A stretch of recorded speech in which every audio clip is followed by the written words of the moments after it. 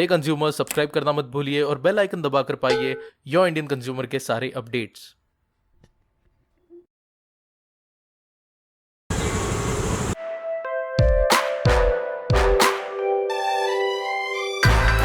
Your Indian consumer. हे दोस्तों, कैसे हो? मैं हूं प्रसाद वेद पाठक, आपकी तरह एक आम हिंदुस्तानी ग्राहक, और आज मैं आपके लिए लेके आया हूं होंडा की BS4 इंजन के साथ लैस नई स्कूटी। इसे आप होंडा एक्टिवा 3G का एडवांस्ड वर्जन भी कह सकते हैं। तो ये है दोस्तों आपके लिए होंडा एक्टिवा 4G। होंडा ने एक्टिवा 4G को 7 अलग अलग कलर्स में लॉन्च किया है, जैसा कि अभी आप आपकी स्क्रीन पर देख सकते हैं, और इन सभी कलर्स में आपको 2 मैट फिनिश वेरिएंट्स भी मिलेंगे। और आज हम आपको वीडियो में दिखाएंगे होंडा एक्टिवा 4G का डार्क ग्रे कलर का मैट वेरिएंट। होंडा ने ये कलर वेरिएंट मार्केट में लॉन्च करके काफी समझदारी दिखाई है, और ये कलर वेरिएंट हमें मार्केट में TVS जुपिटर के डार्क ग्रे वेरिएंट को टक्कर देते हुए दिखाई देगा। अगर हम एक्टिवा 4G की डिजाइन कंपेयर करें एक्टिवा 3G के साथ, तो हमें इतने ज्यादा कुछ चेंजेस दिखाई नहीं देते। हालांकि फ्रंट प्रोफाइल में हमें जो एक मेजर चेंज दिखाई देगा वो है सामने के बाजू की डिजाइन में। उसी के साथ निचली बाजू हमें सस्पेंशन पे दिखाई देंगे साइड रिफ्लेक्टर्स, जो कि आपको होंडा एक्टिवा 3G में नहीं दिखाई देंगे।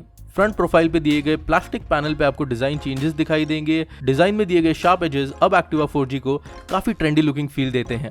वहीं अगर मैं बात कर लूं पुरानी एक्टिवा 3G की, तो आपको ऐसी डिजाइन्स नहीं मिलेंगी। फ्रंट प्रोफाइल में हैंडल, हेडलाइट और इंडिकेटर लाइट्स में आपको किसी भी तरह का चेंज नहीं दिखाई देगा। अगर हम बात कर ले साइड प्रोफाइल्स की, तो 3G और 4G में फिर से आपको कोई भी डिजाइन चेंज देखने नहीं मिलेगा, पर अब मैट फिनिश कलर्स डिजाइन को काफी मैस्कुलाइन लुक दे देते हैं। 3G की तरह 4G में भी आपको ट्यूबलेस टायर्स तो मिल जाएंगे, पर इस बार के अपग्रेड में आपको अलॉय व्हील्स नहीं मिलेंगे। तो जैसा कि आपने देखा, एक्टिवा 3G और 4G के साइड प्रोफाइल्स बिल्कुल भी सेम है। अब देख लेते हैं पिछली बाजू। तो पिछली बाजू में भी होंडा ने किसी भी तरह की डिजाइन में चेंजेस नहीं की हैं। अब कंपेयर कर लेते हैं दोनों स्कूटीज के हैंडल्स को और उनके इंस्ट्रूमेंट क्लस्टर्स पे एक नजर डाल लेते हैं। तो सबसे पहले लेफ्ट साइड में आपको मिलेंगे कुछ बटन्स हाई बीम और लो बीम के लिए। उसके बाद आपको मिलेगा इंडिकेशन लाइट बटन और फिर हॉर्न। राइट साइड में इस बार आपको हेडलाइट का बटन नहीं मिलेगा। जी हाँ, पिछली बार एक्टिवा 3G में जहां पर आपको हेडलाइट ऑन एंड ऑफ का बटन मिल रहा था, वो बटन इस बार आपको नहीं देखने मिलेगा। इस फीचर को कहा जाता है AHO, यानी कि ऑटो हेडलाइट ऑन फीचर। इस फीचर के कारण दिन के समय में भी आप हेडलाइट ऑफ नहीं कर पाएंगे। अब देख लेते हैं इंस्ट्रूमेंट क्लस्टर की तरफ। तो इंस्ट्रूमेंट क्लस्टर पे आपको मिलेंगे टर्निंग इंडिकेशन लाइट्स। उसी के साथ आपको देखने मिलेगा फ्यूल गेज, जिसमें कि इस बार भी लो फ्यूल इंडिकेशन के लिए एक्टिवा ने कोई ऑप्शन नहीं दिया है। उसी के साथ ऑडोमीटर और स्पीडोमीटर देखने मिलेगा। इंस्ट्रूमेंट क्लस्टर की डिजाइन भी बिल्कुल 3G जैसी ही है और कंप्लीटली एनालॉग है। अब सीट ओपन करके देख लेते हैं हमें कितनी स्टोरेज स्पेस मिलती है और अंदर क्या नए फीचर्स हमें मिलते हैं। तो जैसा कि आप देख सकते हैं, स्टोरेज स्पेस आपको ठीक ठाक सी मिल जाएगी और हाफ फेस हेलमेट आराम से इसमें फिट हो जाएगा। उसी के साथ हमें यहाँ पर एक नया फीचर दिखाई देगा। होंडा ने एक होल प्रोवाइड किया है सीट के नीचे, जहां आप मोबाइल चार्जिंग के लिए पोर्ट लगा सकते हैं। जी हाँ, आपको चार्जिंग इंस्ट्रूमेंट अलग से खरीदना पड़ेगा। होंडा ने फ्यूल टैंक की पोजीशन भी चेंज नहीं की है और ये टैंक हमें 5.3 लीटर्स का मिलता है। होंडा ने अगर फ्यूल टैंक की पोजीशन चेंज की होती तो शायद उनके सेल्स में बहुत ज्यादा फर्क पड़ता। सीट को ओपन और क्लोज करना हमेशा की तरह बहुत ही आसान है। फुट रेस्ट भी आपको काफी बेसिक सा मिलता है, जैसा कि आप देख सकते हैं। डिजाइन और फीचर्स में ज्यादा चेंजेस ना देने के कारण शायद ही ये नई एक्टिवा अपने राइवल से कम्पीट कर पाएगी। पार्किंग ब्रेक की डिजाइन भी एक्टिवा 3G जैसी ही है और इसे एंगेज करना एक हाथ से काफी डिफिकल्ट होगा। पुरानी एक्टिवा में जहां हमें एक बहुत ही अर्गोनॉमिक और कन्वीनियंट डिजाइन देखने मिलती थी, वही इस बार फिर से हमें ये कॉम्प्लिकेटेड डिजाइन देखने मिलेगी। अगर आपके हाथ मजबूत और बड़े हैं तो आपको इसकी आदत हो जाएगी। सीट की निचली बाजू आगे की तरफ आपको ये हुक दिखाई देगा, जो कि काफी कन्वीनियंट है। सामने की बाजू इनसाइड पैनल पे आपको चोक और की लॉक यूनिट दिखाई देगा। अगर हम बात कर ले स्कूटी की स्पेसिफिकेशंस के बारे में, तो BS4 का 109.19 सीसी के इंजन के साथ आती है। ये स्कूटी 9 न्यूटन मीटर का मैक्सिमम टॉर्क प्रोड्यूस करता है इंजन, जो कि 1 न्यूटन मीटर ज्यादा है TVS जुपिटर से।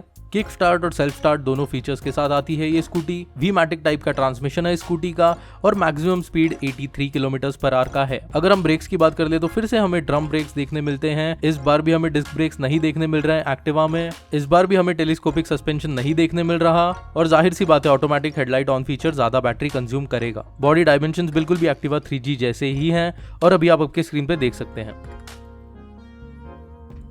एक्टिवा 4G का इंजन काफी स्मूथ और रिफाइंड है। आपको चलाते समय फुटबोर्ड पे किसी भी तरह का वाइब्रेशन महसूस नहीं होगा। स्कूटी की हैंडलिंग भी काफी अच्छी है, पर अगर स्कूटी में टेलीस्कोपिक सस्पेंशन होते तो काफी कंफर्ट लेवल भी बढ़ सकता था। अगर इस स्कूटी के बारे में कुछ अच्छी चीजें आपको बताना चाहें, तो सबसे पहले होगी इसकी कॉम्बी ब्रेकिंग टेक्नोलॉजी, जो कि बहुत ही अच्छी तरह से काम करती है।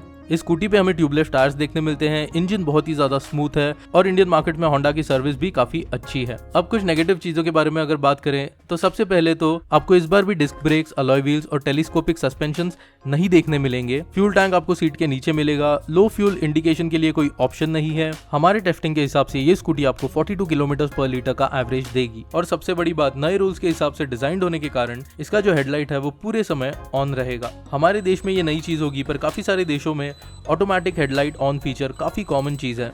अगर प्राइस के बारे में बात कर लें तो मुंबई में ये स्कूटी अवेलेबल है 55,074 एक शोरूम, यानी कि ऑन रोड आते आते 65,000 स्कूटी का प्राइस हो जाएगा।